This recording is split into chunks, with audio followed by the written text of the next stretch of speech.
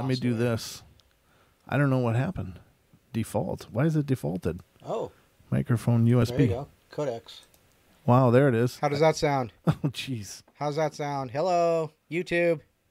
You guys let us know if you got sound now. Oh, it works. Hey, party. Okay, don't kill it.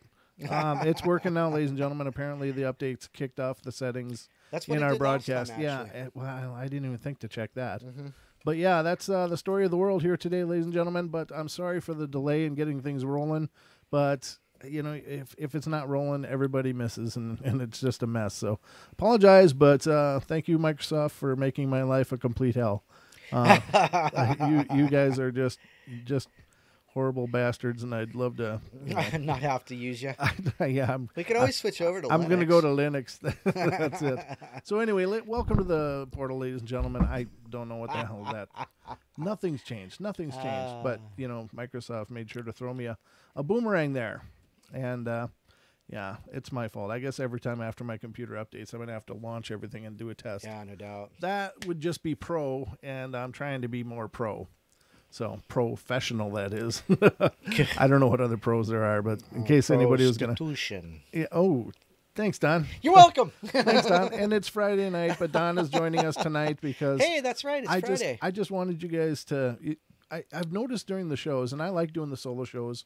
I enjoyed them and had fun, but I just noticed that it's getting harder and harder for me to keep up doing it solo, and not to mention that having Don here, of course, is a pleasure.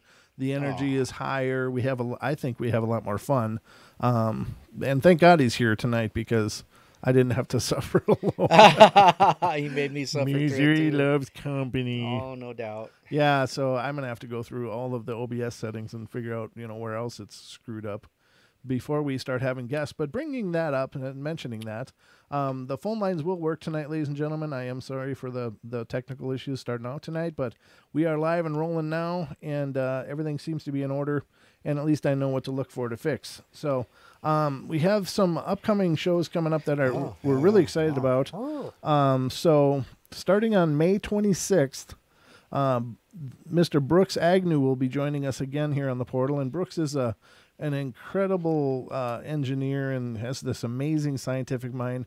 He did a show with us just a short while ago, and it was a brilliant show. It was just brilliant, and I called it an evening with Brooks Agnew, the science of the paranormal, because we really did. He really broke down a lot of these concepts and ideas into, you know, the physics and the, you know, the theoretical and quantum physics, you know, other physics.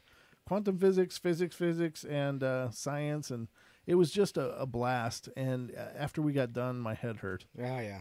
And Don was basically drooling over in the corner. So like, yeah, I know. It was like all three of my neurons were firing too hard. So, but my lonely one found one. It smashed together, and they hurt each other. Yeah. So Brooks will be rejoining us on the 26th.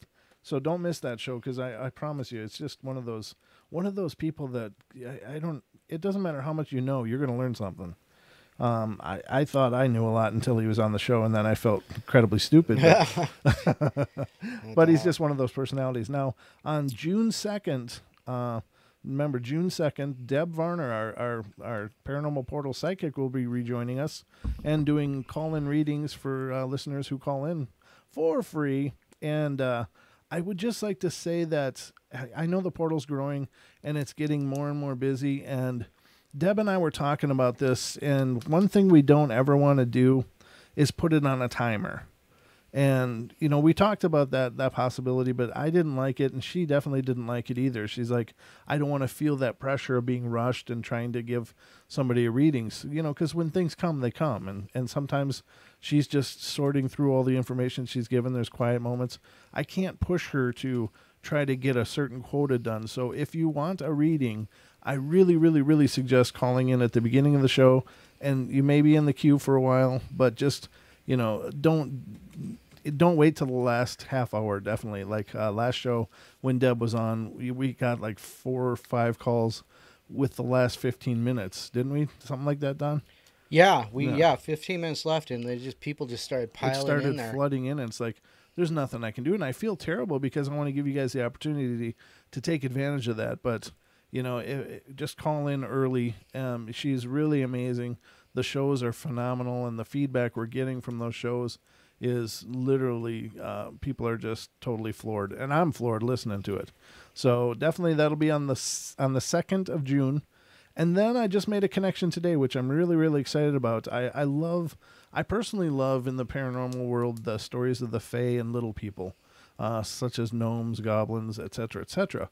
However, it's really tough to do an encounter show with those kind of subject matters because the information out there is very few and far between.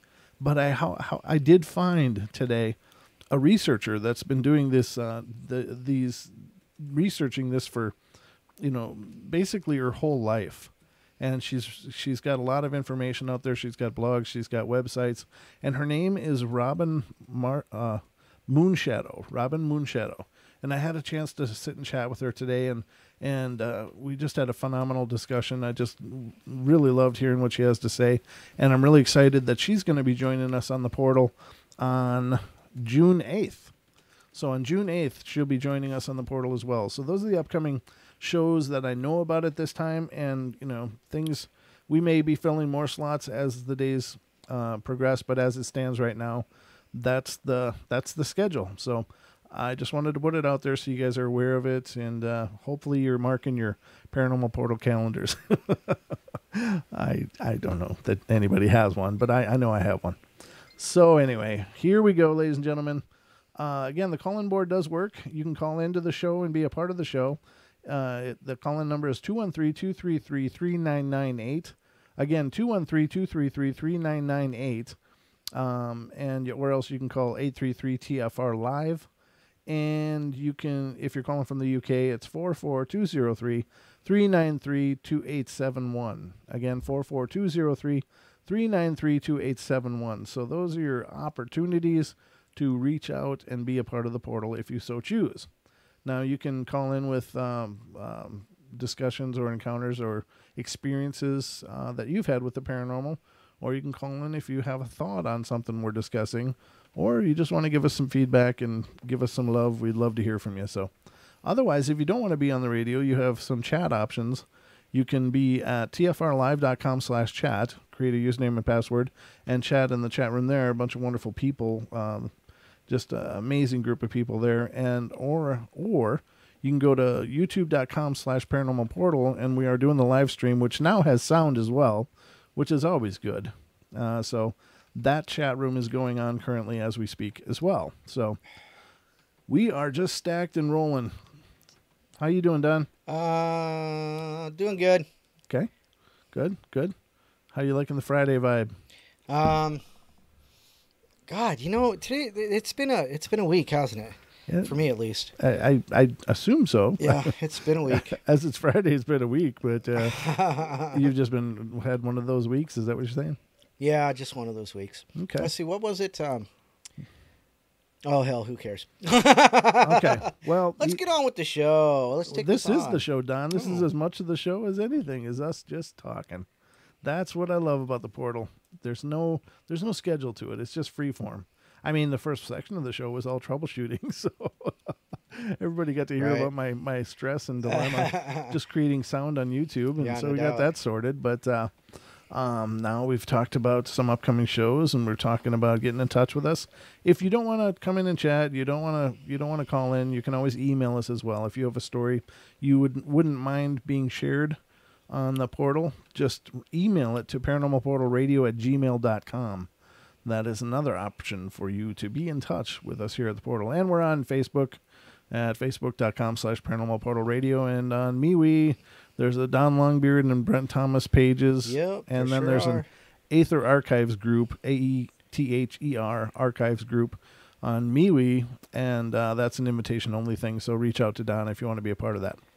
So here we go, ladies and gentlemen. Tonight's show is about UFOs and alien encounters. Alien encounters. And this is a topic that I do really enjoy, but it's also one that I don't do it as much on the show because it just seems like there's so many people doing it. And it's hard to get good information on it, too. It is. It's hard to get good information. It's hard to get original stories that you're not just regurgitating stories that everyone else has done to death. Because, there's MUFON, there's other sites out there, but, it's hard to get really compelling material to work with. We'll have to get a Linda Moulton Howe on here or something. I was thinking about her just yesterday, as a matter of fact, and you want to know why? Because I was thinking maybe I need to do a show called, I don't know, something about my journey or until now or something like that, and see if I can get people and just interview them about their life and how they got into where they're going. Not about what they do, but how they got there. I thought that would be an interesting thing. And Linda Moulton Howe is one of those that I really don't know much of the story about. So, I mean, I know her work. I mean, it's just weird. So she just happened to be one that popped in my head yesterday. Well, she's got a website called theearthfiles.com. Right, yeah. And I know that she's got a lot of information there, actually. Pretty comprehensive and exhaustive. But I think that she'd be pretty phenomenal person to interview as well. Because just of her scope of work, and it's not just... Oh, it's huge. Yeah, I mean, her body of work is not just, one little pigeonhole. It's a whole spectrum of things she works with and has researched and been a part of the whole disclosure movement. Oh, yeah. Yeah, that would be really cool. But whether you believe in UFOs and aliens or not, or you don't believe that they're actually extraterrestrial, that they're maybe extra dimensional, or whatever your thoughts are on it. The last I heard, there was a survey that over 60% of people in the U.S. believe there's life on other planets, and a high percentage of that believe that, or a decent percentage of that believe that they could be visiting us now. And I just got done watching Unacknowledged on Netflix.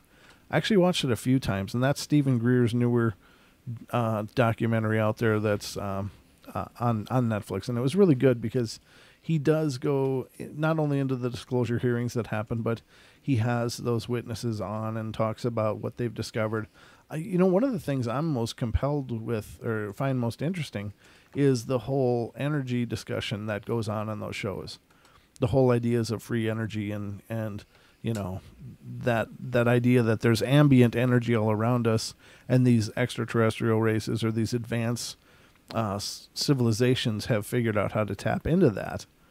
And of course, then it always goes to the Nikola Tesla, Right. How he had it all dialed in, but all his work got confiscated. So that's a real tragedy. But just think about if indeed there was a crash at Roswell, and I believe there was. Oh yeah. In Roswell, New Mexico, now... Yeah, there was an air balloon or a weather balloon that crashed in the ground, tore up like a mile of, farmland. And tore up a mile of farmland. Amazing. And apparently it was such an immense weather balloon, it took a whole regiment of military people to collect it.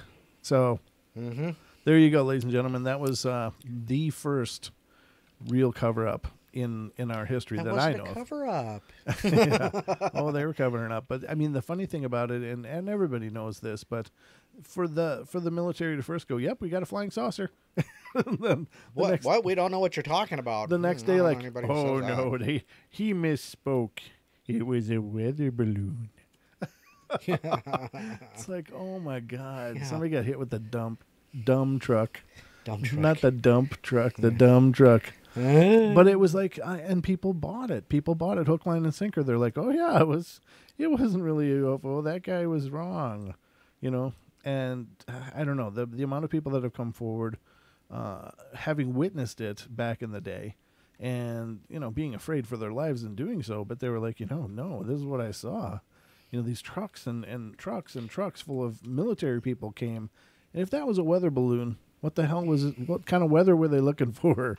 That they needed that many people to pick up the balloon. So it doesn't make sense, ladies and gentlemen. That story doesn't wash. And then you think about, that it was moved to Area 51 and, and all that stuff, and that there were survivors of the crash, perhaps. There were some corpses and some survivors. And what did they do to them? What did they do with them? And, And then you look at the disclosure movement and all the, the witnesses that came forward on that were just amazing. Mm-hmm. Just amazing. These are really high-level military people, astronauts, pilots coming forward going, this is what I saw. And these are not just, the and don't get me wrong, ladies and gentlemen, I'm never really casting aspersions at anybody when I say things like this.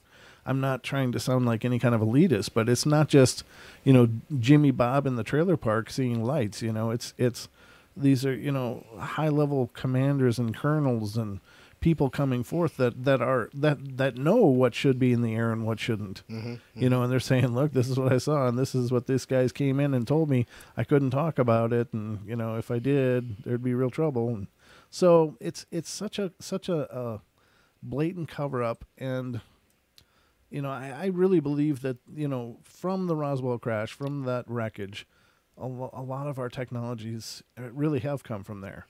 Like the whole fiber optics, and wasn't CD technology from there too?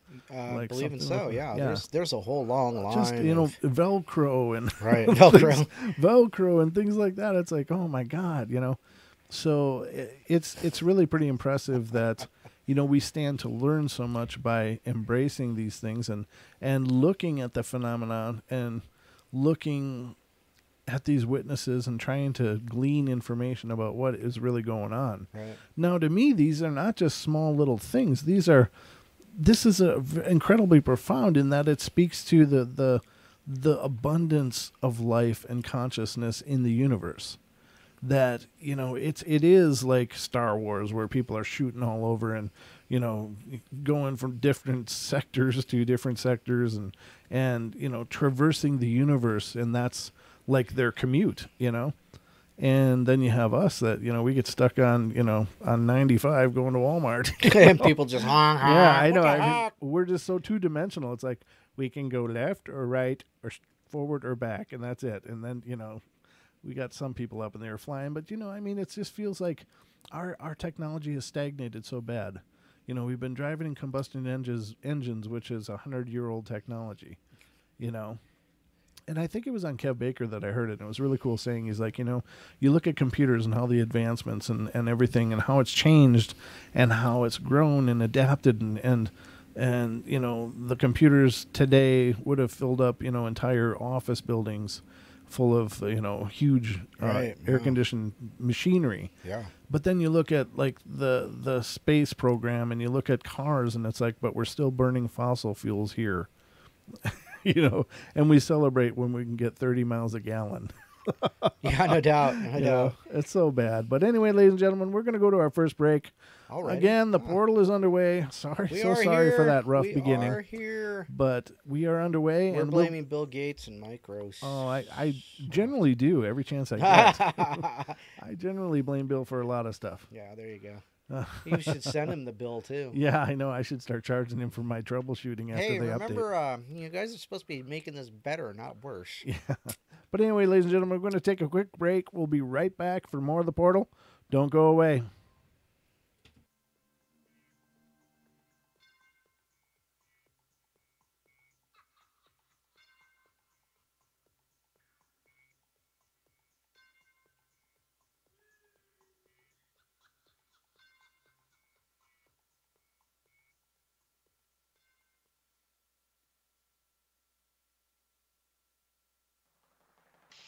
It's Chris Gio, founder of Truth Frequency Radio and host of Beyond the Veil. The mainstream media and establishment are running scared right now, and they've prominently featured truthfrequencyradio.com as number 89 on the federal government's hit list, also known as the fake news list, which is essentially a list of sites slated for censorship on Facebook, YouTube, Google, and other social media.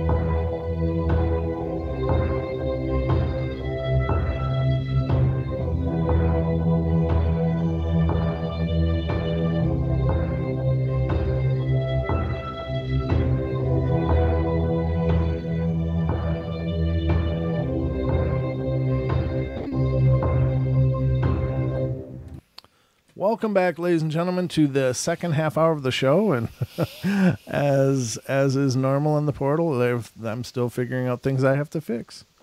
Because life is a journey, not a destination.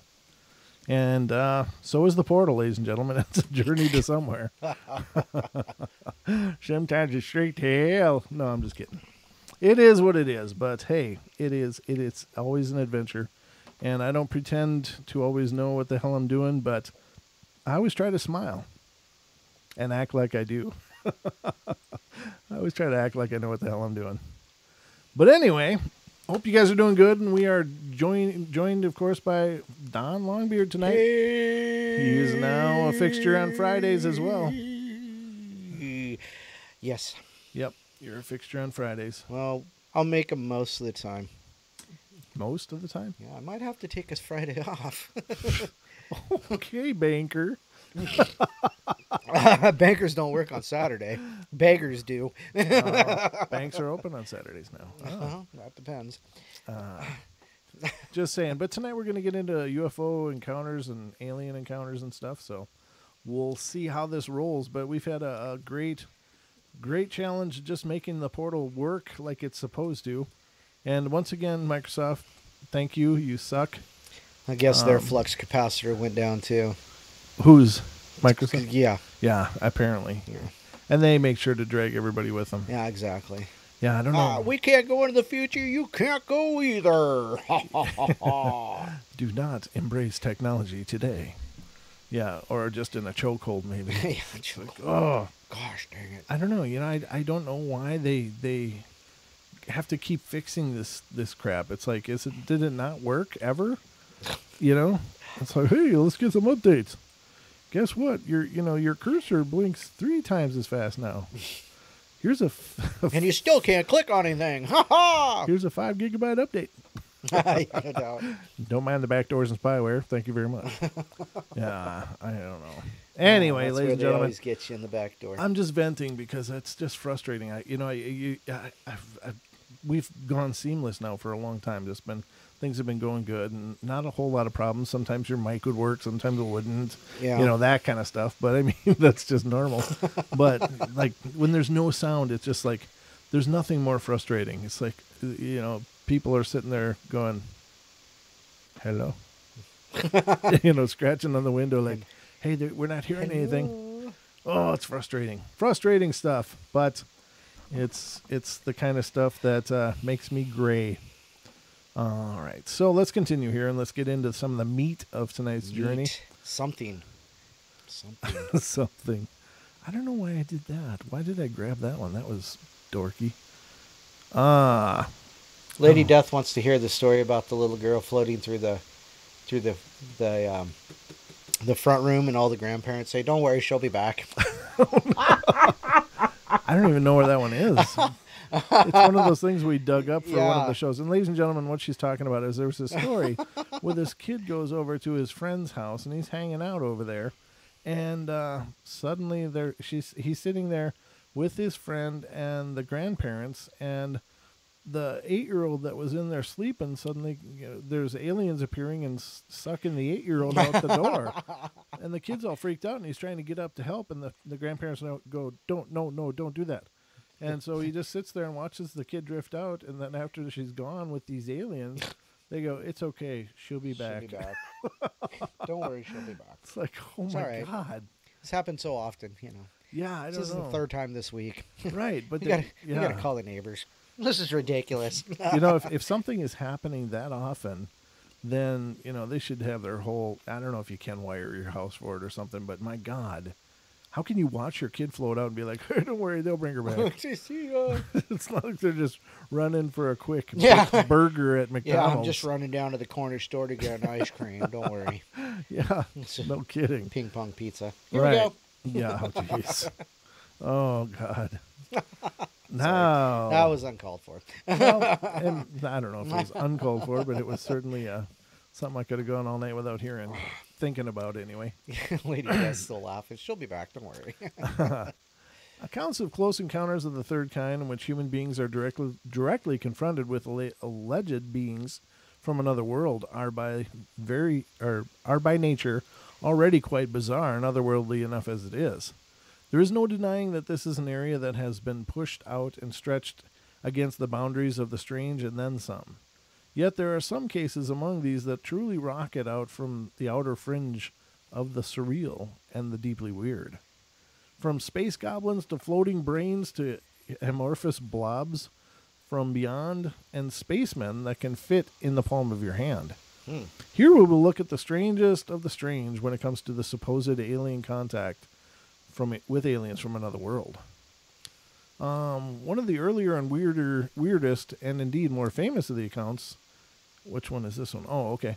That seem almost too bizarre to possibly be true is the infamous case that have become known as the Hopkinsville Goblins. The story begins at a remote rural farmhouse in the wilds of Christian County, Kentucky, on Old Madisonville Road, near the town of Hopkinsville on the night of October 21st, 1955. On this quiet evening, the Sutton family had... I know we've read this same account many times on this show, but I'll continue because I think it's a good account, and it stood the test of time. The goblins, yeah. Yeah, yep. On this quiet evening, the Sutton family had a guest over by the name of Billy Ray Taylor, as well as his wife, June. And at some point, Taylor went outside to get some water from the well at around sundown, and as he made his way to the well, he allegedly saw a bizarre sight in the air above, which looked like a streaking light that was spewing multicolored sparks and flames all over the place. The light passed overhead and then seemed to drop down onto a nearby gully around 300 yards away, after which the humid night was infused with an eldritch glow. And the startled Taylor ran back to the safety of the house. Once inside, he excitedly told everyone about what he had just seen, but at the time, no one really believed him, and they thought he was just messing around. Despite the obvious fear and insistence that he really had seen it, however, the skeptical rest of the family they would soon have a change of heart when the dog began to start barking wildly at some unseen trespasser outside in the dark. Looking outside, it was noticed that what was at first thought to be just a faint light that was seemingly bobbing about and approaching the house, and as it drew closer, it was found out to be one of the strangest looking creatures anyone present had ever seen or even imagined. Oh, they actually had a drawing of it. It looks like a Muppet. There, hovering in the air, was a small glowing humanoid figure around 3 feet in height, wearing a metallic suit of some sort.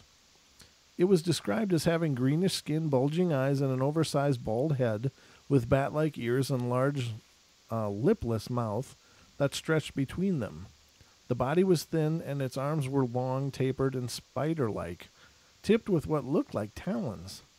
The frightened Suttons quickly did the human thing, gathered up a rifle and shotgun as the thing hovered around outside, and when it was close enough, they fired upon it. That's America right there, ladies and gentlemen. If you don't know what it is, shoot at it. Shoot at it. Although they thought they had hit it, this creature merely flipped over and retreated into the shadows.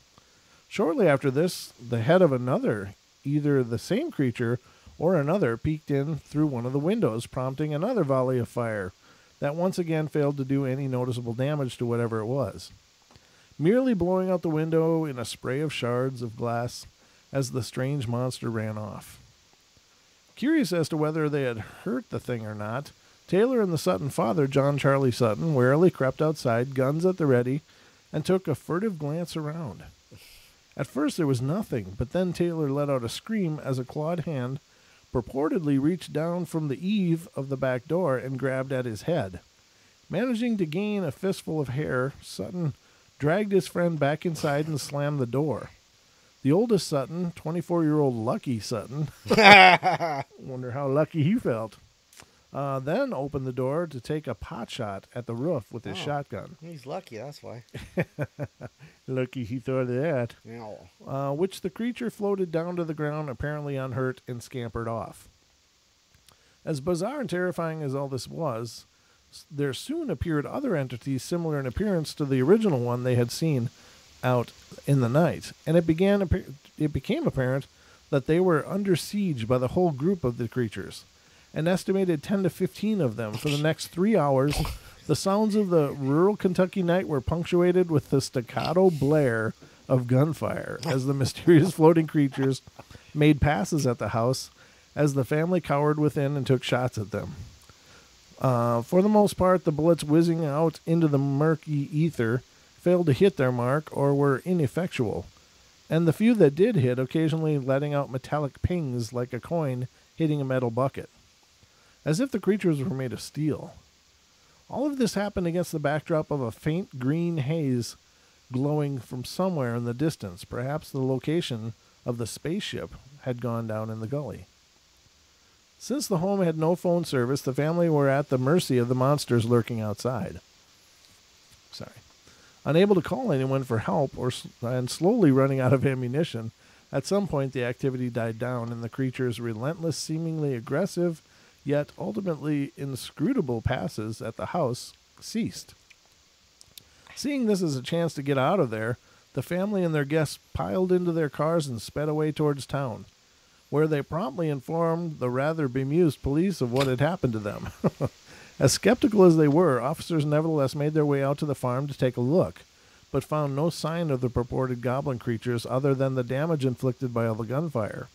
In some accounts, Air Force personnel also came to the farm to investigate the strange occurrence, although it is unclear if they found anything of note. The police left without incident and the family returned to their home, but soon after a second attack would occur, as glowing faces began to bloom out of the darkness once again, much to their horror.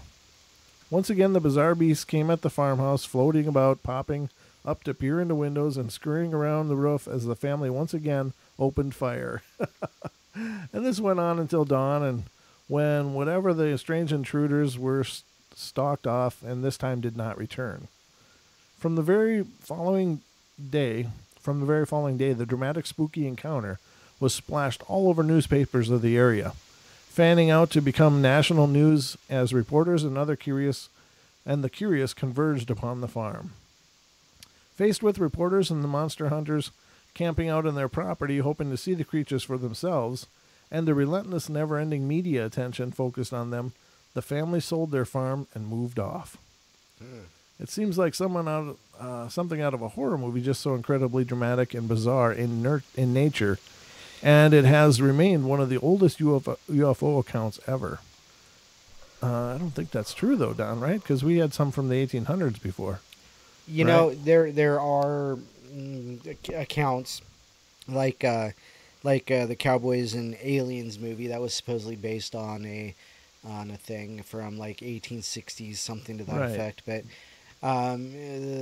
supposedly an alien aircraft or an alien, whatever you want to call it, a UFO, a Foo Fighter, whatever, crashed into an old man, Begente's, barn, and that was supposedly the first, major reported one. But yeah, no, there's been others before. Actually, I think the very first report of a UFO in the United States, official report of a UFO, was filed by Thomas Jefferson.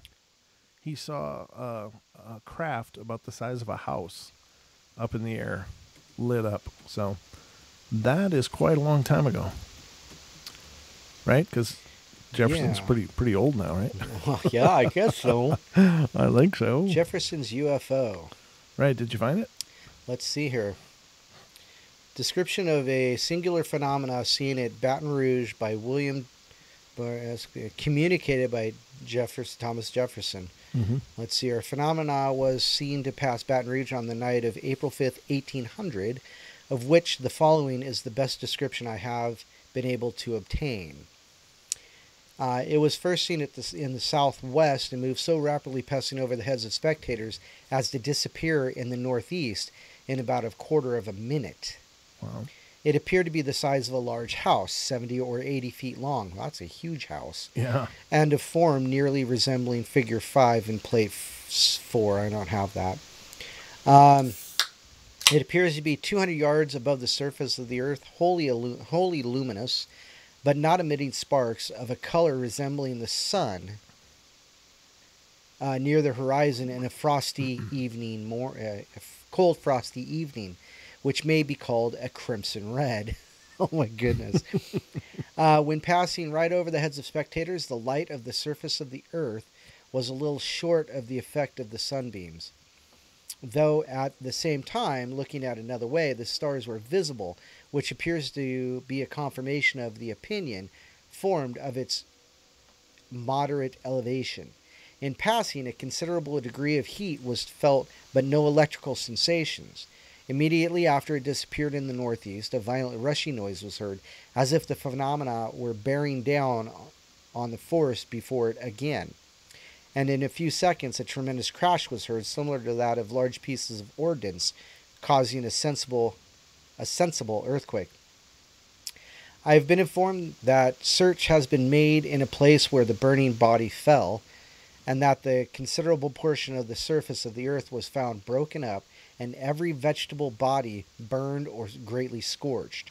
I have not yet received answers to a number of queries I have sent on, which may perhaps bring light and more particulars. Interesting. All right. Yeah, that's old.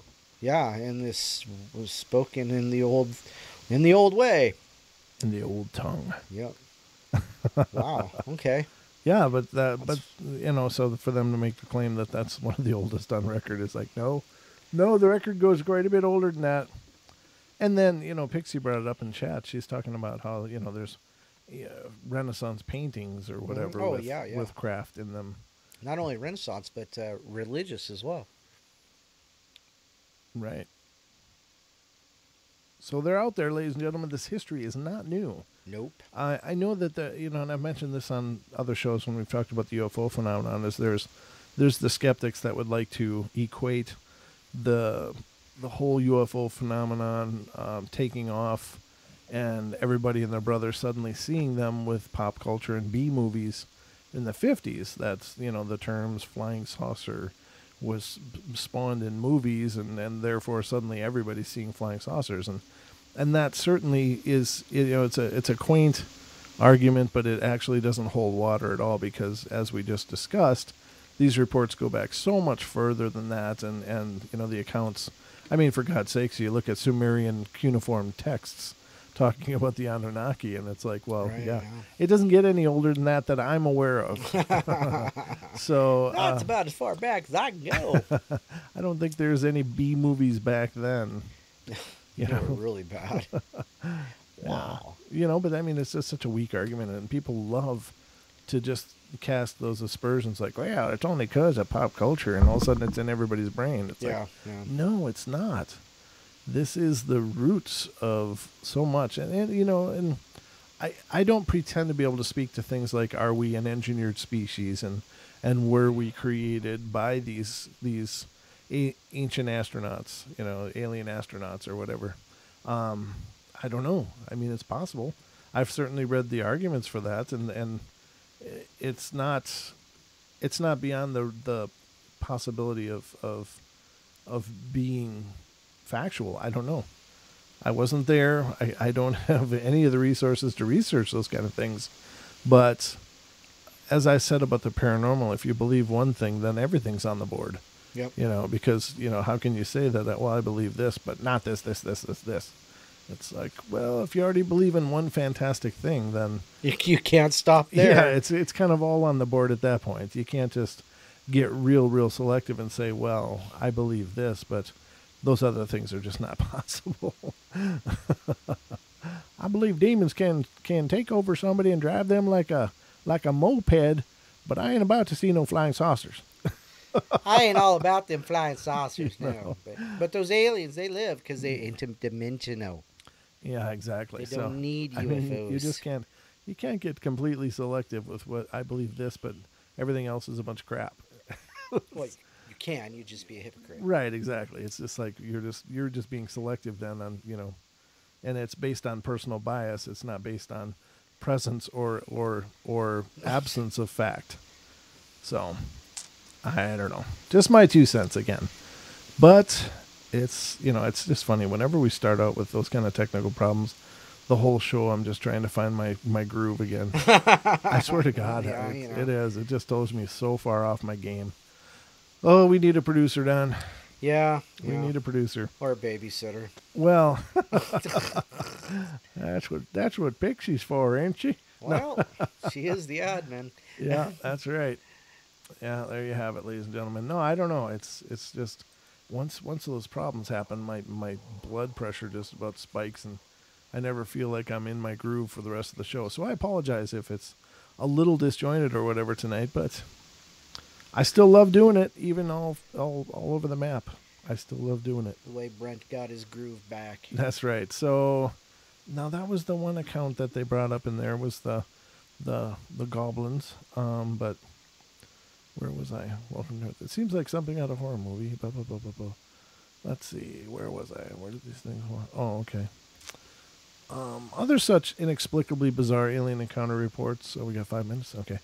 Were made through the 1950s as well. In 1957, a retired teacher named Mary Starr allegedly woke up in the middle of the night in her home in Old Saybrook, Connecticut, in the U.S., to see a piercingly bright light outside of her bedroom window.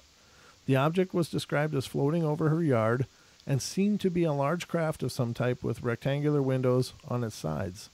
Fascinated by what she was seeing, Starr then supposedly gazed into one of the windows and could see two decidedly bizarre entities, moving about within, which were about 4 feet tall. According to the witness, they had translucent cubes for heads, holding within them bright red cores, rubbery bodies that were like skirts, and handless appendages akin to tentacles. After a moment of observing the outlandish beings, the windows then apparently vanished as if they had never been there, and an antenna or protrusion of some sort came out of the craft, after which the whole thing began to grow before suddenly shooting straight up into the night sky. The following year, 1958, was a weird account from Sweden, in which witnesses Stig Rydberg and Hans Gustafsson claimed to have been driving along a remote road through a thick fog at around 3 a.m. when they spotted a UFO measuring around 12 feet across and ringed by 4 jelly bags. Jelly bags? That says it in quote, jelly bags. That were blue in color and which jumped wildly about through the air around the main craft. As the two men stopped their car to look at the unusual sight, the 4 entities then reportedly descended and attacked them. So they got attacked by jelly bags, Don. Wow. Quick, hold up your bagel. I don't have any butter for my bread. Here, throw that jelly over here. Yeah. I'm going to be jelly. Yeah. Demonstrating some sort of suction power with which they grabbed the eyewitnesses and began pulling them up to the craft. The 2 horrified witnesses claimed that they had tried to struggle to get away, but that their arms and legs merely sank into bodies composed of gelatinous ooze and smelled like ether and burnt sausage. Oh. Oh. It sounds like breakfast. Not any breakfast I'd eat. Somehow Rydberg claimed to manage to squirm free, after which he laid on the car horn, and this apparently startled the creatures enough for them to drop the other man and retreat into their ship to take off into the night at astronomical speeds. The 2 men would say that they felt sick for days after the encounter with the space blobs. Yeah, that would make me feel sick too, I think.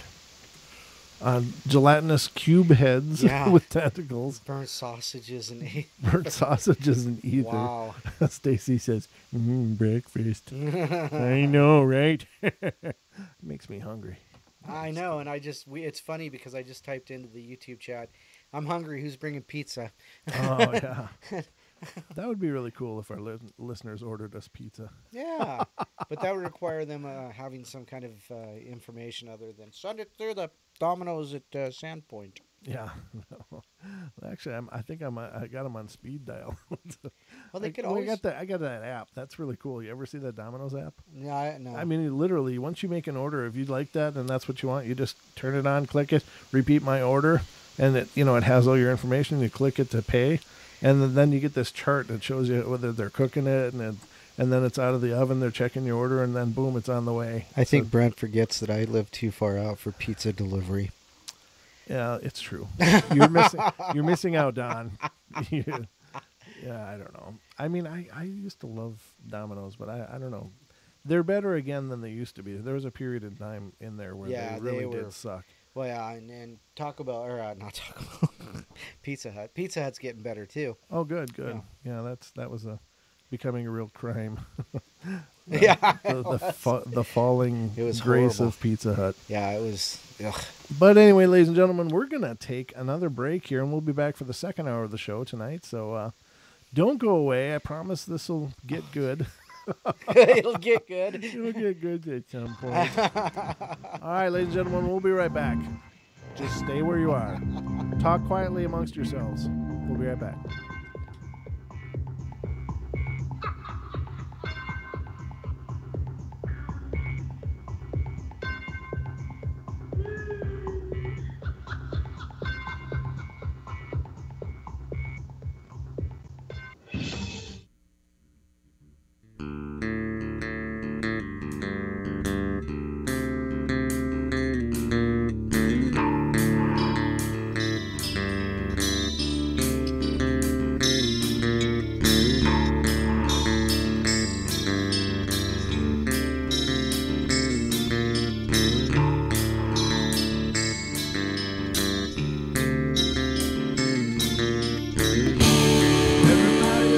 Play their games.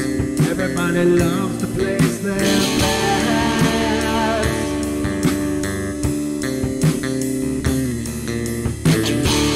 They don't understand the price I paid. They don't care to comprehend.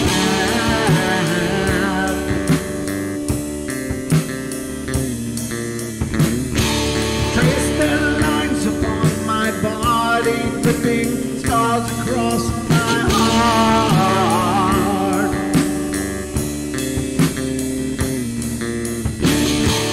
Raging anger pours inside me as their lies keep falling apart.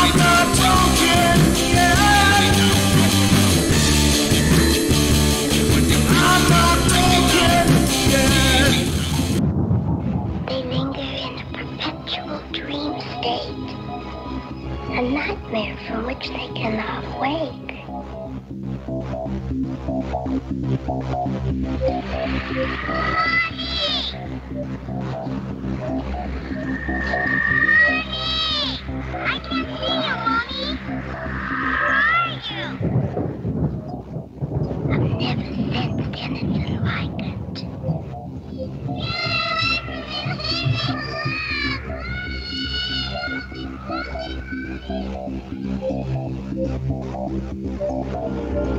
Ann is not like those she's with. They're attracted to the one thing about her that is different from themselves. Her life force. It is very strong. It gives off its own illumination. It is a light that implies life and memory of love and home and earthly pleasures.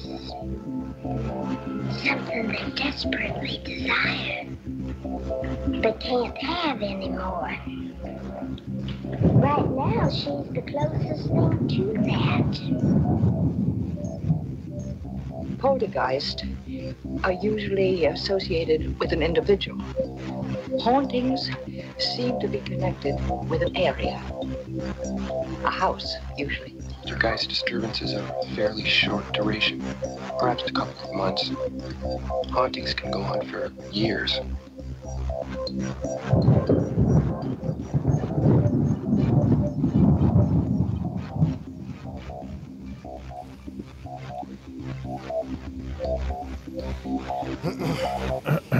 Welcome back, ladies and gentlemen, to the second hour of the Paranormal Portal tonight. Let's throw some energy into it. Ho ho! Wee-hee. Energy. Can I get a witness? Can I get a witness? Hallelujah. Amen. Can I get an amen? We are cruising through the evening tonight, ladies and gentlemen. It looks like things are working. I'm hoping things are working. If they're, let me just look. Yep. Look at that, Don. That's a colorful bar. All right, Don, let me test this now. Test. All right, let's look. Test. Yep. Test. See? Test. It's still working. Good. Test. Can everybody hear me? And let me do my just me time. Let's have some me time. Oh, goodness. Okay. Yeah, it looks good. Gotta get my thing down in my head. It looks like I got this gap. Ooh. All right. So anyway, sorry, I'm just playing with the camera. All right, looks good. All right, we are back, ladies and gentlemen. This is the Paranormal Portal. I am your host, Brent Thomas, and I think we are all successfully troubleshot now. So I just had to test those scenes to make sure that it was right. Those of you on iHeart, TuneIn, TalkStream, and TFR Live have no idea what the hell just happened, but I was switching through the different scenes on our YouTube feed to make sure they all had sound, and they do. So we're all connected tonight, little by little. Thank you, Microthought. I am spanking this pig. Thank you. That's all I'm saying. He's swatting it. He's swatting it. He got his belt out and everything. That was a whole different level to that. Alrighty.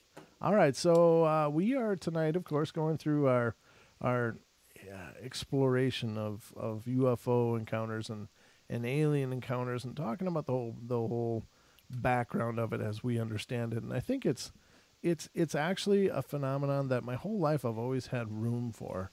I mean, it was one of those things, and I don't ever say that, I specifically do not believe in something. I just, there are some things I more readily believe than others, but I still keep an open mind to the possibility of those other things. So I don't ever have a judgmental stance with it, or don't try to. But until I actually witnessed one with my own eyes, and it's a story I've shared several times on the portal, so I won't go into it all again. But I just know that once I saw this craft and the way that I experienced it was just, to me, just spoke volumes about the fact that it wasn't something that was built by us. It just had too many anomalies, and the way that it wasn't visible in our normal spectrum was just, to me, just tripped me out, and it was incredible. But following that, I've got to say that it was like, for a long time I kept looking at the stars and kept looking and looking and looking, because I'd read all these things. I've read all these encounters. I've seen all the movies, and all the dramatizations, watched all the TV shows, and kept looking. I'm like, why am I not seeing anything? Why don't I see anything? But these other people have these amazing experiences. And not like everybody's had one except me, but I mean, there's quite a few people out there that have witnessed these things, going through the night sky. And it was an incredibly electrical feeling to actually witness it in person. And it wasn't scary. I was not scared. I mean, it was more like, wow, that's really there. That's really real. oh my God, that's really real. So I wasn't like scared ever during it, but it was such a neat feeling to have that epiphany of experiencing it for myself. And so I know that is not true for everybody, of course. Many people have absolutely horrible experiences with this phenomena. And I don't pretend to know, who was driving what I saw. I don't know if it was, because apparently, ladies and gentlemen, there are many different races of these beings. And I don't know, what is the count up to now, Don? Do you have any ballpark figure of all the claimed races? No, even like the story we've just read, I've never, ever heard that description before of seeing these gelatinous cube heads with a red glowing ball in the middle of them with tentacles. I've never even heard that reference before. You hear about the grays, of course, the little grays, the tall grays, the short grays, the insectoids, the reptiles, the Nordics. With two different types of what? There's two types of reptiles. Okay. There's quite a few. Okay, right. So there's just so many different races, and it's like, it's like the Earth is like this, intergalactic 7-Eleven where all these people are just swinging by.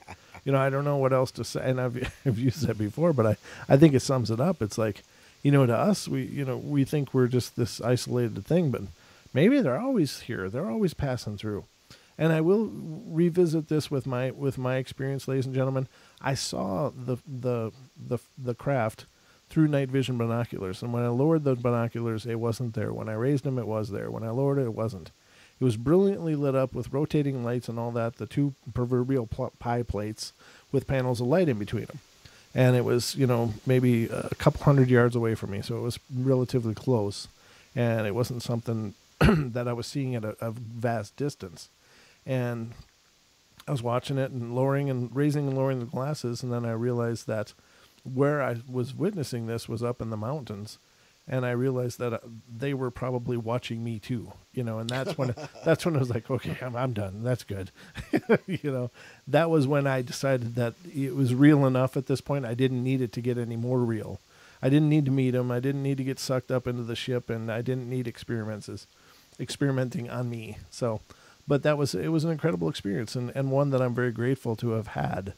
And I keep telling Don we're going to make him see his first UFO on one of these times. Well, enough LSD, that'll happen. A few magic mushrooms. Well, that's true too. There's many different ways to observe them, but you got to change the frequency. I'm all for doing it in this frequency personally, because I want it to be a real crisp experience for you. Oh, trust me, even just on a half hit, it'll be nice and crisp. No worries there. Yeah, but it was an incredible experience, and I know when you've always had a real open mind for the UFO stuff, and so I know it'll be a cool thing if we can catch one that you can see. So we'll let me know seriously when you've got time some evening, and we'll do it. We'll go out by your house, out where there's no light pollution. This is my time. Oh, really? This is it? This is what I got. Oh, okay. Well, maybe some evening following the show, if you're not overly tired, we'll drive back to your place and pull out the night vision binoculars and look at the night sky, ladies and gentlemen. We'll see if we can get Don abducted. We're a psychedelic truffle. I like the way you think, Lady Death. I'll wire you with a GoPro and a little micro recorder, and you can be our field reporter. Oh yeah, no doubt. Don is currently being sucked into the craft. He was sucked through the window, but because of quantum physics, the window never really touched him. Ooh, that's right. So let's continue our journey through these stories and encounters. Now, you had some to read, is that right? Well, I had some anecdotal evidence from Edgar Mitchell. Oh, please. The sixth astronaut to walk on the moon. All right, we're in Don Beard Vision. Do you see it? Is it pretty? When the whole world is divided on the question of whether aliens are real or not, Edgar Mitchell, the sixth man to walk on the moon, strongly believed that aliens are real. And he had many supporting evidences that prove the same as well.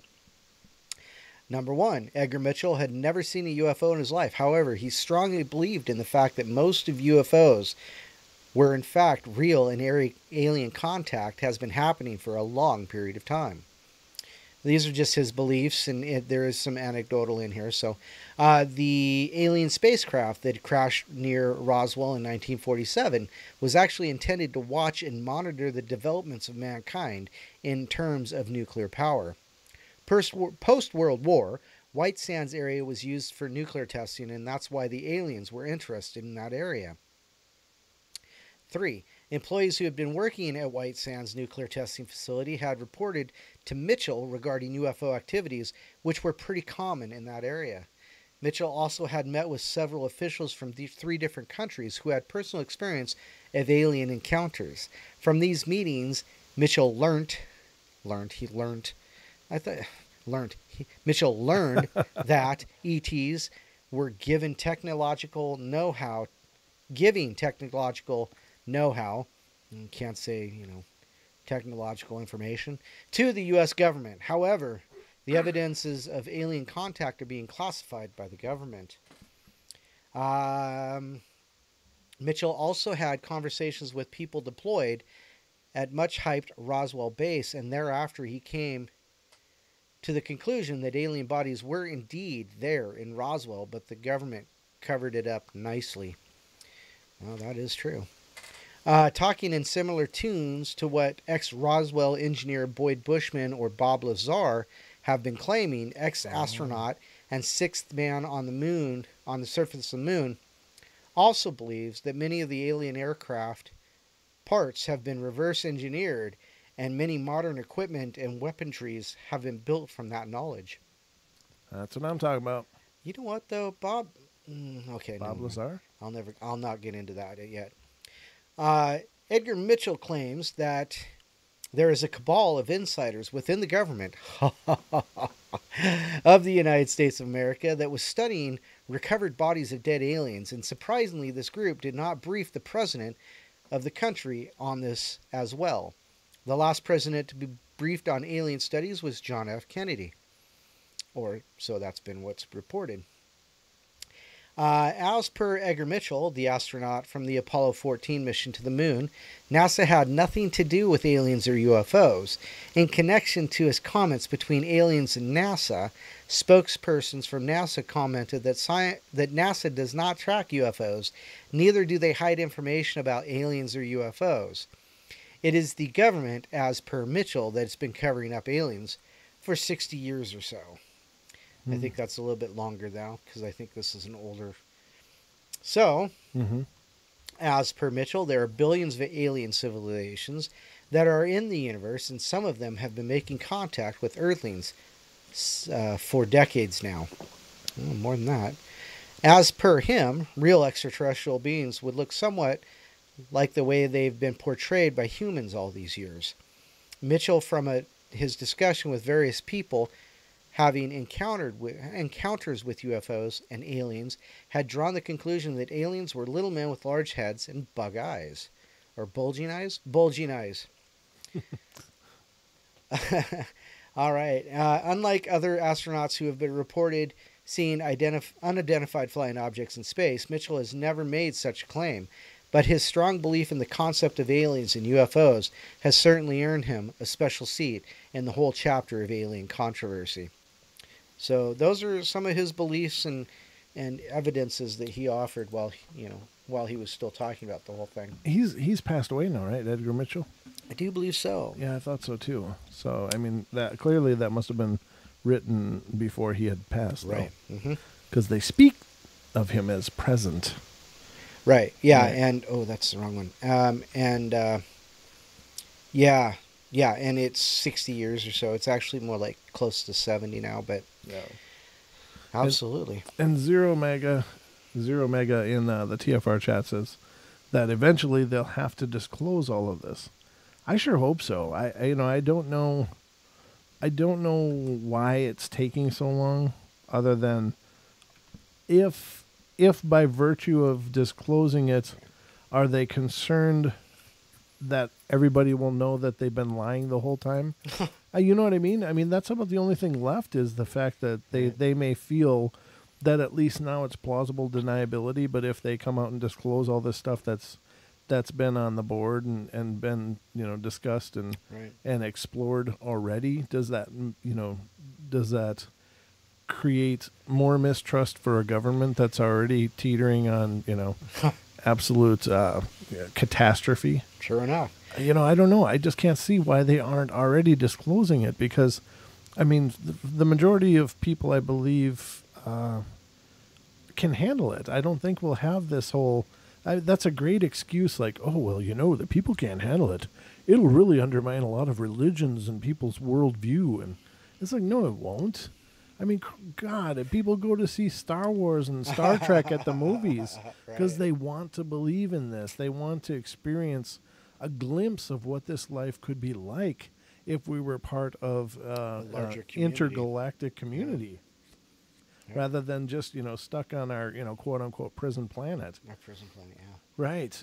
So I think that, the pop culture is a great illustrator of what people are ready to embrace. I mean, if superheroes appeared tomorrow, people would be cheering. They wouldn't be like, oh, my God, this is really freaking me out. This guy's from a different planet, and he's got super strength because his sun was Right. green and not yellow.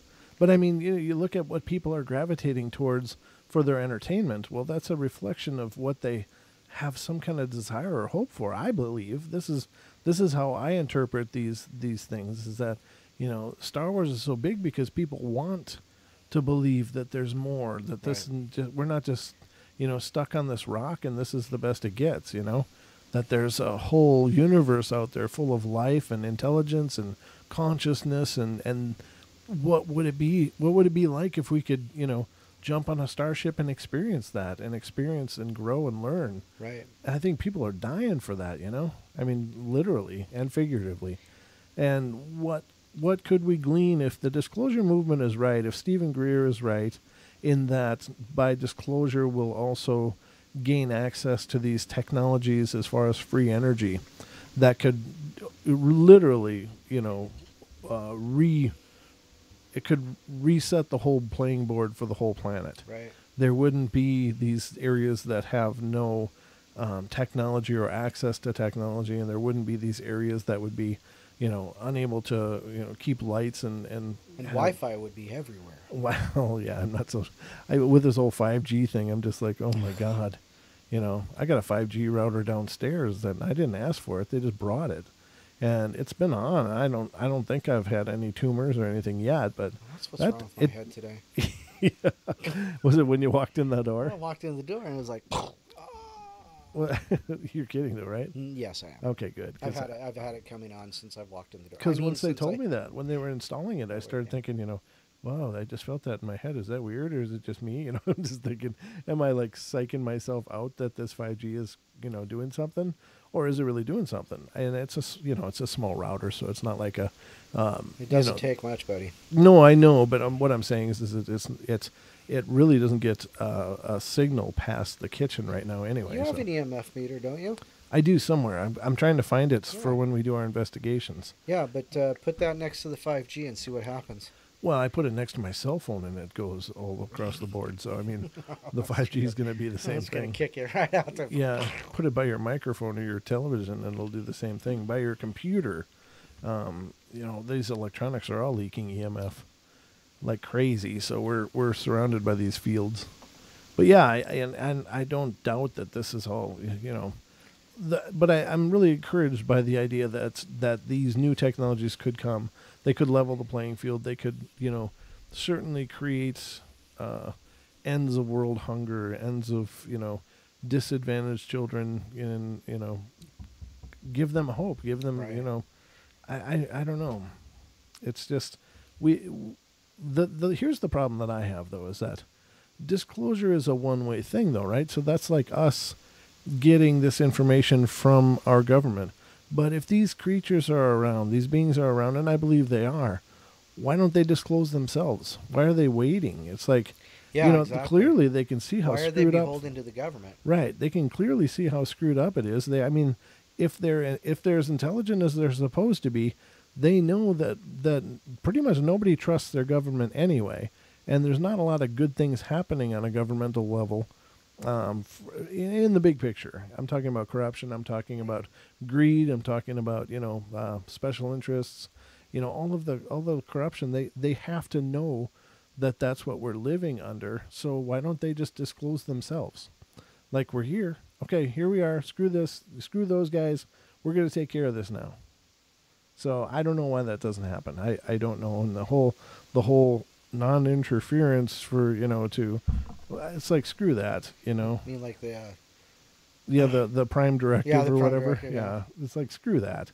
If you have the ability and you can see suffering and you have the ability to stop suffering, then I would say you have a moral obligation to do so. That's if they're what we would consider moral, or they hold themselves to a different standard. I'm sure. Perhaps our morals and their morals aren't the same, and well, I'm sure they don't believe in God and the 10 Commandments. Well, I don't care if they encourage cheating on somebody's spouse or not. But I'm talking about, can you watch a child starve? People can do it all the time. I know people can, but if these are advanced beings. Well, just because they're advanced beings doesn't mean they really give a crap. Well, that's probably true. Unfortunately, that's probably true. But I would just hold on to the hope. The hope, yeah, absolutely. That as advanced beings, they are also compassionately advanced as well. Well, there are lots of reports that, if you listen to Corey Good, and David Wilcox, that there are reports that there is a good faction and a bad faction. Sure. So there's quite the war going on about the intergalactic freeway that's trying to be made through the planet of Earth. So apparently there's talks. People want to, or people, beings. There's a G and 2 syllables there. There is. They're saying that there are talks going on about, are we going to blow them stupid things up, or are we going to let them do it themselves, or are we going to step in and help them not be stupid? Right. Well, I can only hope. Well, let's start with governments. Right. Yeah. I mean, if we could, let's start trimming that fat on the top. Right. Right. Cut that pork out of those. Let's just start trimming that roast right on the top level, and just by the time you get down here, it'll be nice lean meat. Basement meat. That's real. Yeah. Absolutely. But God, we're almost at another half-hour break. Yeah. I was just gum running, wasn't I? That's an hour and a half. Wow. Yeah. That's our third break. I found my stride finally. It only took me an hour and a half, ladies and gentlemen, but I finally feel comfortable now doing the show because things are working and I'm feeling good about that. But Zero Mega also said in the chat room, well, Internet Rumor says a lot of the aliens are in league with Black Ops government groups. Trading tech for humans to eat. Just think of that amount of missing people each year. Yeah, 411. That's a good point. Are some of these advanced people? Are we just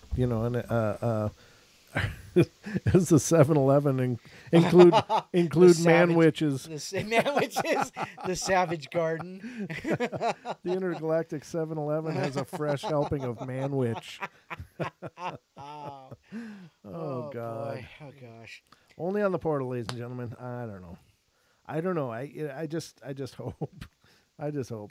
All I'm telling you is just give me a lightsaber and a Millennium Falcon. I'm good to go. And I'll probably lose a few hands and a leg or two, but I'll have a hell of a time doing it. But we're going to take our last break here pretty quick. Please make sure that if you're not already, you head over to youtube.com/paranormal portal and make sure to subscribe, ladies and gentlemen.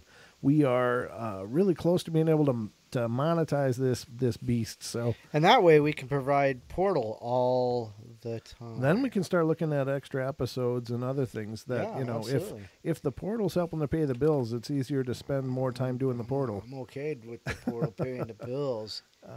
My bills mostly. Oh, I see.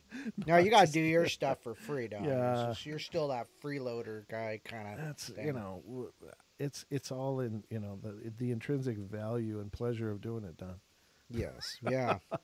Because I'm altruistic. Absolutely, you are, and that's why you're my hero. Yeah. No. All of a sudden, I'm hearing Whitney Houston in my ears. Yeah. I would like to be the wind beneath your wings. That was Bette Midler, wasn't it?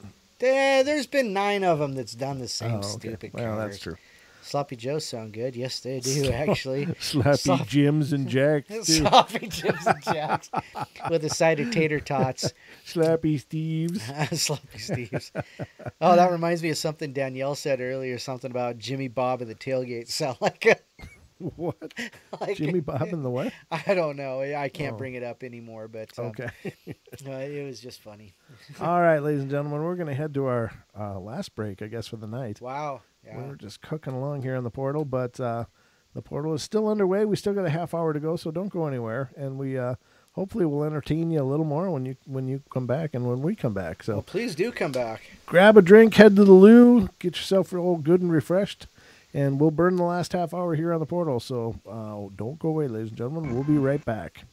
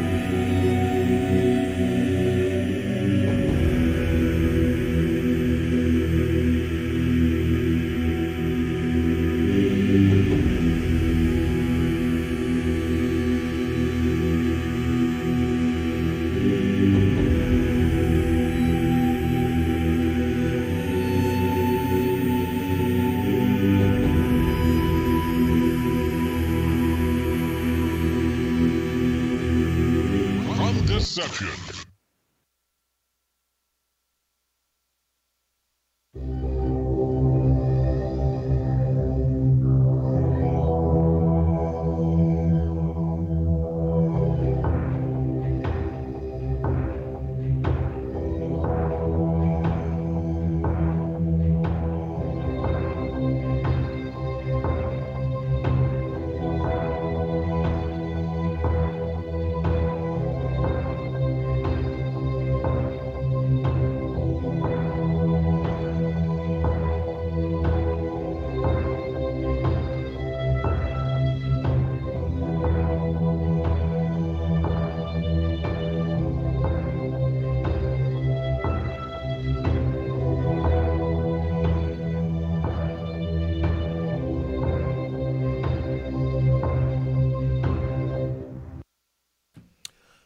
And welcome back, ladies and gentlemen. We are the Paranormal Portal.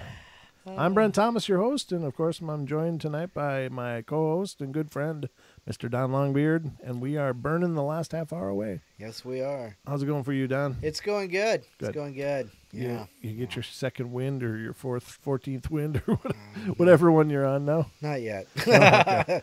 All right. We're just kind of cruising. We're cruising, but it's going pretty good. I'm feeling much better now. Everything's working.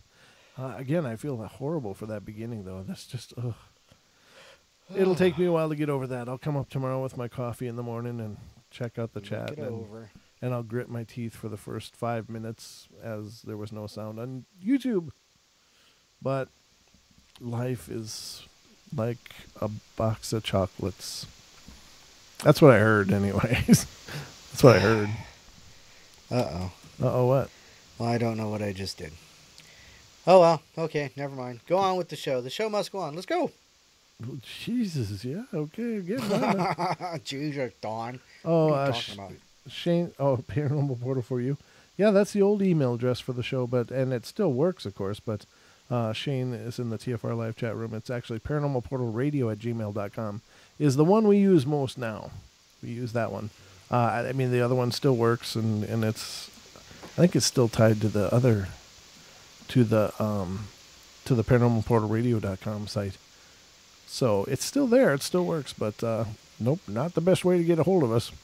I don't check it as much as I should. So let's see. What else can I find here?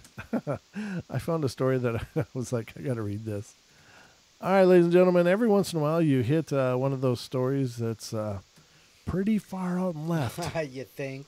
Pretty far out in left field here, but in the spirit of keeping an open mind to possibilities, I will entertain it for the show here. Now, is this one that I subscribe to wholeheartedly? No. Is this one that I put in that open mind part? Barely. But I'll give it. I fathered alien human hybrid babies, claims artist who paints his encounters. This is, yeah. Okay. Yeah, this is Crescent. An artist has told how he lost his virginity to an alien who gave birth to an alien human hybrid baby in an extraordinary documentary. David Huggins, 74, who creates paintings of his many alleged encounters with extraterrestrials, makes the shocking claims in his new documentary, Love and Saucers. It's called Love and Saucers. He described how when he was 17, an alien named Crescent seduced him after haunting him in his sleep. And now he claims to have fathered dozens of alien hybrids. This guy's crazy. They soon become an alien. They soon become an item. God dang it. Holy jeez. Your cat. Oh, is my cat in here? Yes, knocked over my camera again. Oh. Yeah, maybe we should keep the door shut. I kind of forgot about that. God dang it. As if on cue. Hi. Hello, Anubis. All right. And so he now claims to have fathered dozens of alien hybrids, and they soon become an item and regularly had intercourse, he said. Yep. But Crescent is no oil painting, according to the image Mr. Higgins holds up when he describes his nights of passion, saying proudly, "Virginity lost."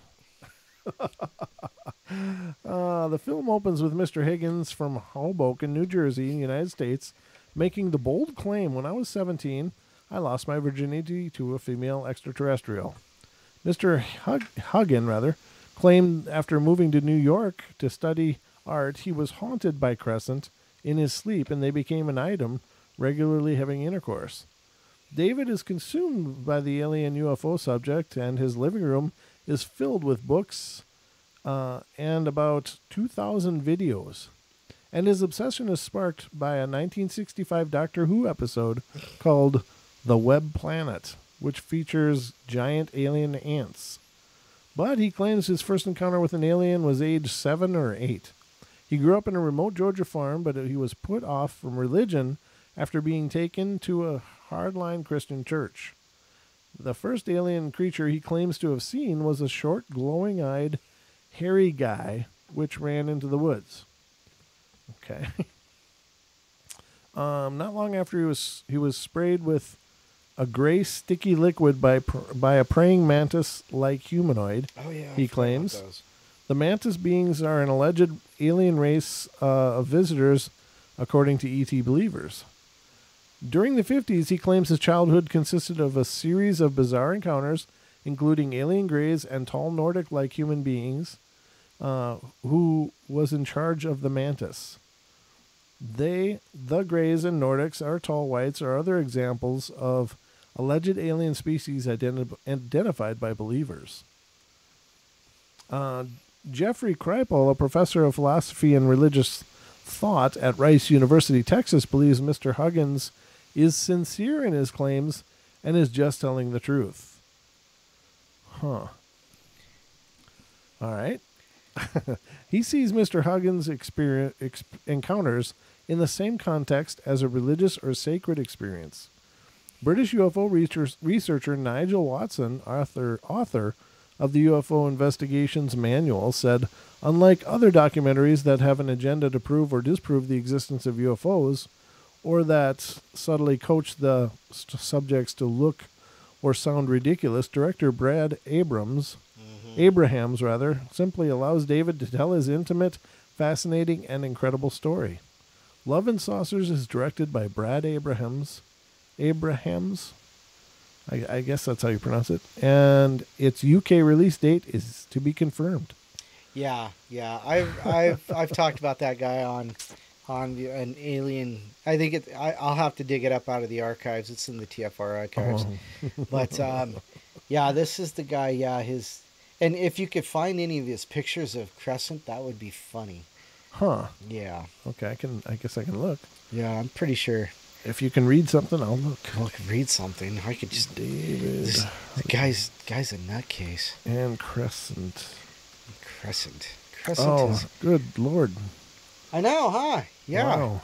Yeah, see how easy that was? Oh. That's it. Those are the ones. That's his alien girlfriend. Well, she's a keeper. Oh, yeah. Yeah. Mm-hmm. Oops. That's not what I want. Not. You don't want it there. Nope, I don't. Let's do this. Paste. Oh, gosh. Yeah, put that picture up there. Paste. This is the alien he's had relations with. This has got to be a good one. All right, let's have it checked out here. Like a bad rash. Let's see if we can pull it up on a big screen. There we go. There we go. Better. Okay, all right. So let's share this with all of our listeners. Do you want to, I guess I got to put it on TFR too, don't I? Let me save it quick. Save image, because everybody should have an eye full of some crescents. And this is a good picture of her. Oh, is there bad ones? There are ones you probably shouldn't show. Oh, yeah. Okay. But this is a family show, so we go. try to keep it family-ish. Oh, my God. There's Crescent. I'm putting it up in the TFR Live chat room right now. Submit. Voila. And Ooh. it's in TFR Live. And let me go here. And let me pull this off the screen. And I'll put it up on our YouTube 3-panel. God, she's just gorgeous. There's Crescent, ladies and gentlemen. Yep. If you're in the TFRLive.com Wow. chat room, you can see a picture I uploaded, a file uploaded. And if you're on YouTube.com/Paranormal Portal, you can see it in the live stream currently. That's just a beautiful woman. Just a radiant. It looks like a little gray with a wig on it, doesn't it? Pretty much. Looks like a little gray in drag. Much. Yeah, It's the Gray Queen. Hey, we're all trans somethings on this planet. We're trans friendly. Ain't no bad thing, but it's a drawing. It is. That's not a photo. No, it's not a photo. No, I'm just joking. No, that's a drawing of David Huggins' girlfriend. That's that otherwise known as Mama. No, baby. Yeah, baby's mama. Baby Mama. Baby mama. Yeah. Wow. I gotta actually pull up the chat room and see what people are saying about this. That's a He's keeper. only a pretty good artist if he's drinking out of my bottle. Maybe if you're drinking out of my bottle, Doc. Yeah. Pixie says she looks familiar. She's seen her around in the clubs. Ooh. She's out there making it rain. Wow. I don't even want to know what that means at this point. I already have an idea, but I'm going to leave it where it lays. Lady Death, oh, you can't post that. That sucks. Lady Death says there's a video of him getting interviewed on some news things on YouTube talking about Crescent. Yeah. Oh yeah. I would love to show videos as well, but I'm not going to risk the copyright. The copyrights, yeah. Yeah, if we don't have express permission. LJD says, "Is that a gray with a wig?" It probably is. See, that's what I said exactly, right? Yeah, exactly. It looks like it looks like a gray with a wig. Is that supposed to be the Earth in her eyes? Or is she supposed to have these huge I don't blue have any pupils? clue. Wow. No, it's just the way he sees her soul.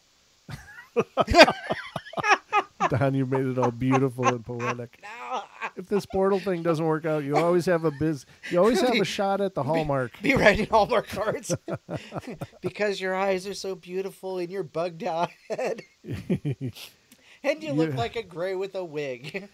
I love you so much, you're like a personal rash.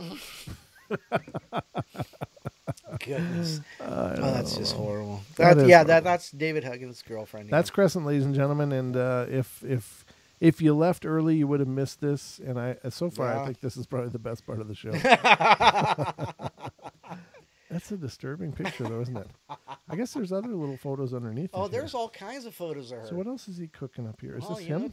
Let's start pulling it up. Oh, look at that's him. There's a family pic. That's him and the kids. Yeah. They're not him, but that's her and the kids. Yeah. Her and the kids. She's a good mama. Yeah. Boy, the apple fell a little far from the tree in that little one there, didn't it? Oh. I mean, mama and baby got some resemblance going on there, but the little one she's holding on to. I don't know. That might be the neighbor kid. This looks like a Picasso.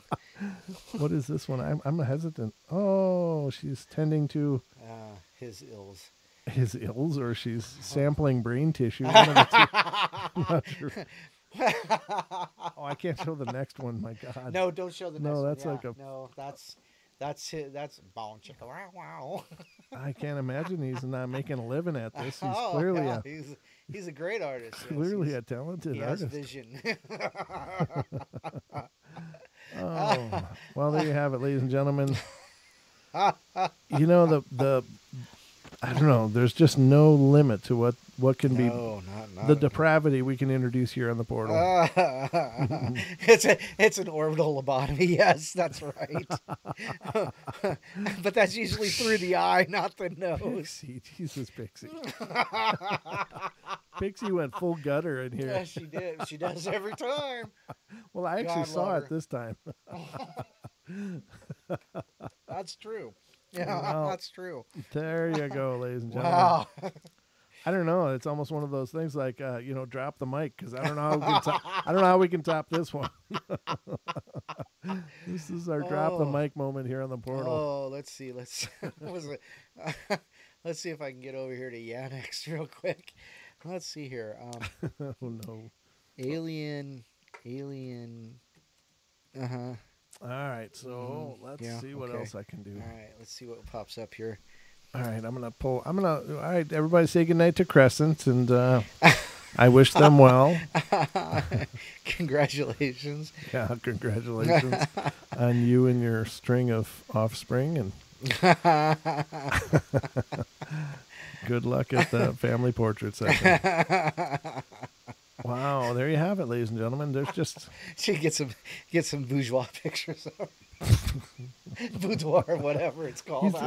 He's got some really racy ones. Yeah, in there too. He does. He's like full on.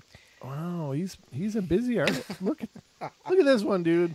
I can't put that on screen. No, There's you no can't. hell. No, not at all.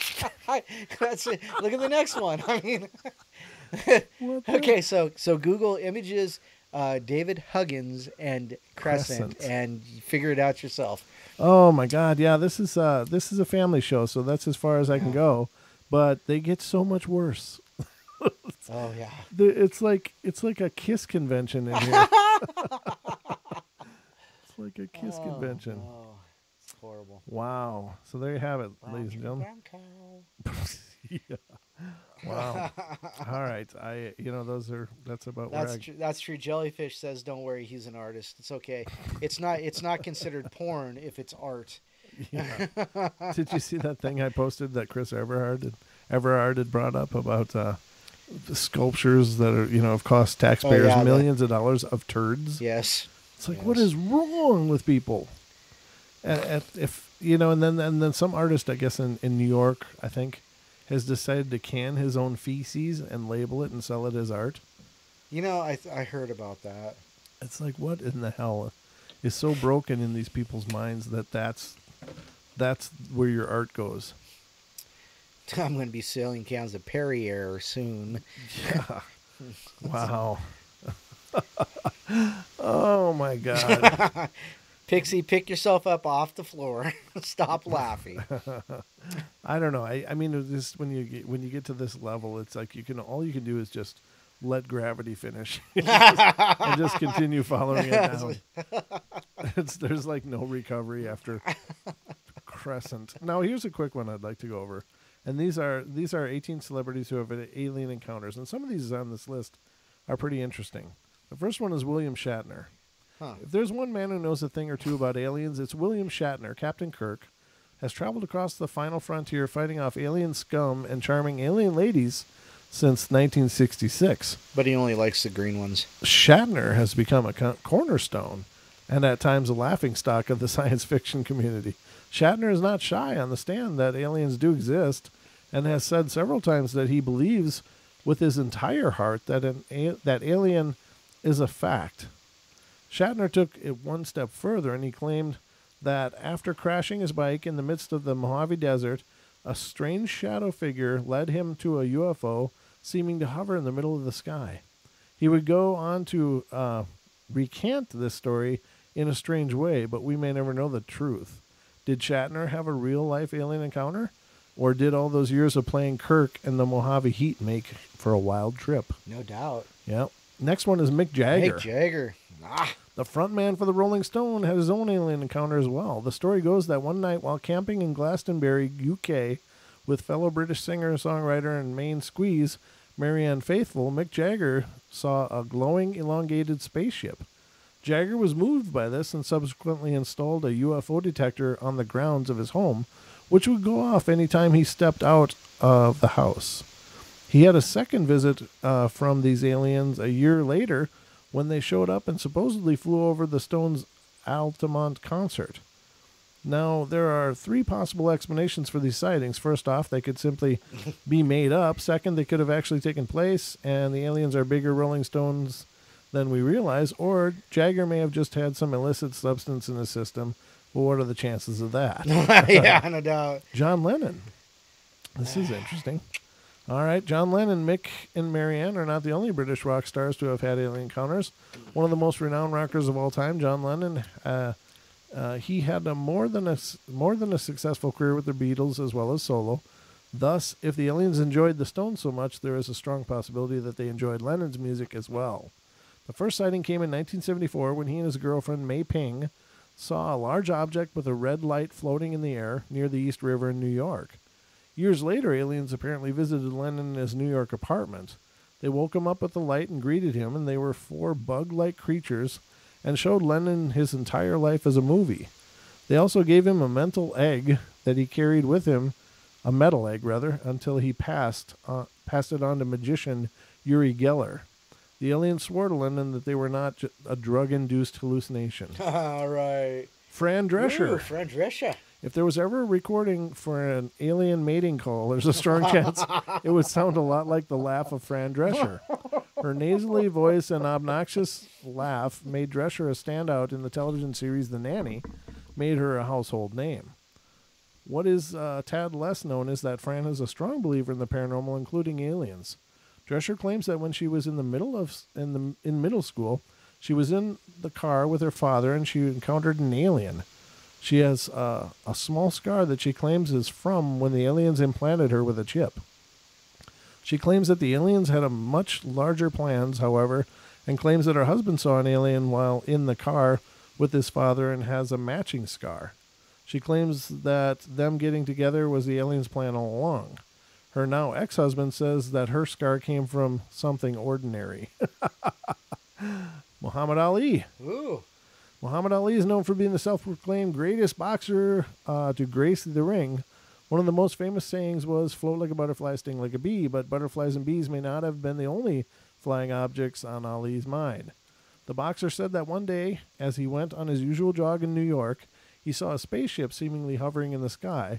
When he started to focus on the UFO, it darted away out of sight. The jog was in Central Park, and it seemed that no one else witnessed the ship. This was not the only time Ali would see this. It apparently occurred several more times with the craft, hovering in the sky only to disappear when he tried to focus on it. With Ali's death happening in June of 2016, we may never know the truth. Olivia Newton-John. All right. Grease star and Grammy Award-winning singer Olivia Newton-John is a firm believer in aliens and has been ever since she was young. Newton-John claims that when she was 15 years old, she saw a silver UFO flying through the night sky. The sighting sparked her curiosity, and ever since that day, she has had an interest in the paranormal, specifically in aliens. Newton-John has spent many hours discussing and researching the topic. According to Olivia, she is not alone. While doing an interview, Newton-John claimed that most of the people in England believe that UFOs are real. Now, did Olivia Newton-John do a poll of the country, or was this information given to her by the aliens? John Travolta. I'm going to skip that one. It's a Scientologist, so I mean, it's kind of a given. So, Good point. Yeah. You got a point. The alien inside us, yes. Good point. I'm going to go to Elvis. Elvis is on this list. Okay. If we have learned anything from film, it's that aliens are really interested in meeting our leader. Earth does not really have one world leader, so the king of rock and roll will have to do. Elvis Presley stated that one night he went outside in order to smoke a cigarette when all of a sudden he was hit in the face with a blindingly bright blue light. Presley was sure what he saw that night was a UFO and that it had an alien encounter. He even confided in the first person anyone should go to, his hairstylist. The visits didn't stop there, however. Presley also saw strange lights moving in the fields around his Graceland home as well, as in the middle of the desert. Maybe Elvis didn't die, but instead went to be a personal entertainer for his new alien friends. Bump. Sammy Hagar's another one. Jimmy Carter. I think everybody knows about that. Jimmy Carter's had, well, yeah, that's true. Yeah. Anne Hesh, that's Ellen's significant other. Russell Crowe. Ooh. What time we got? Okay, we got a few. Russell Crowe may have been able to pull from his own life instead of just winging it when he portrayed the alien Jor-El in 2013's Man of Steel. That's right. Crowe has an interesting story with a UFO that takes place in his office in Sydney, Australia. Russell states that one night he was at the office in Sydney when he saw some fruit bats through the window. He did what any self-respecting Australian would do and grabbed his camera. He wanted to catch the bats on video, so he went to the window and opened it, but was greeted by something else. Crowe stated that when he opened the window, he saw a rectangular-shaped spaceship that shone bright orange. Crowe was startled by the spaceship and quickly forgot about the bats and apparently the video camera in his hand. However, aliens aren't even the weirdest thing in Australia. That place is nuts. That's not me, Ken. That's the author. Ken will let us know exactly how nuts it is. Yeah. Trust me. Shirley MacLaine. I'll skip that one. Yeah. I don't know who Miyuki Hatayama is. So you should read it. I don't really know who it is. David Bowie. Oh, there you go. Let's get back to English. D, yeah. Where's D? Where's D? Let's get back to English musicians, shall we? If you have listened to David Bowie, you may have found that several of his songs allude to space, and he is even entitled Loving the Alien, but few people seem to know the story behind the song. Bowie stated that he has been encountering aliens his entire life, starting back when he was just a boy in England. According to Bowie, he encountered aliens so frequently that he could almost time when he would witness one. He also witnessed spaceships in his life, and his story interestingly matches many others in this article. Bowie states that UFOs would simply hover in the sky until he focused on them, at which point they would shoot away into the sky. Bowie died January 2016, or maybe he joined Elvis' multiple galaxy tour. Pamela Stonebrook, and Baron Davis. So there's a bunch of celebrities that have had experiences, ladies and gentlemen. But that about brings us to the end of our episode tonight. Wow. Yes, indeed. Indeedy. Let me make sure. Yeah, we're on the two panels, so I'll flip back here. We have 1 minute, 21 seconds to go down. Wow, okay. Well, maybe you want to go over, our guests coming up again. So, coming up on the portal. Yeah. We have, again, so mark your calendars. We have on May 26th, Brooks Avenue will be joining us again here on the portal. Brilliant man, great conversationalist, and amazing insights scientifically into a lot of different paranormal phenomena. And we're going to get him to talk about the hollow earth a lot. Yeah. Because we barely were able to touch that last time he was on, so we would definitely want to get into that. On the 21st, on June 2nd, rather, Deb Varner will be joining us, our local psychic, to do free calling readings for listeners to the show. So make sure if you're going to call in on that show, call in early. Call in early. And again, Robin Moonshadow, the Little People, will be talking to her on June 8th. So if you're listening on iHeart, TuneIn, TalkStream, or TFR Live, stick around for Jimmy Jean Into the Microcosm coming up next. But love y'all. We'll be back again tomorrow night for more of The Portal here on TFR Live and YouTube. Love y'all. Be good, be kind, be nice, and we'll see you tomorrow.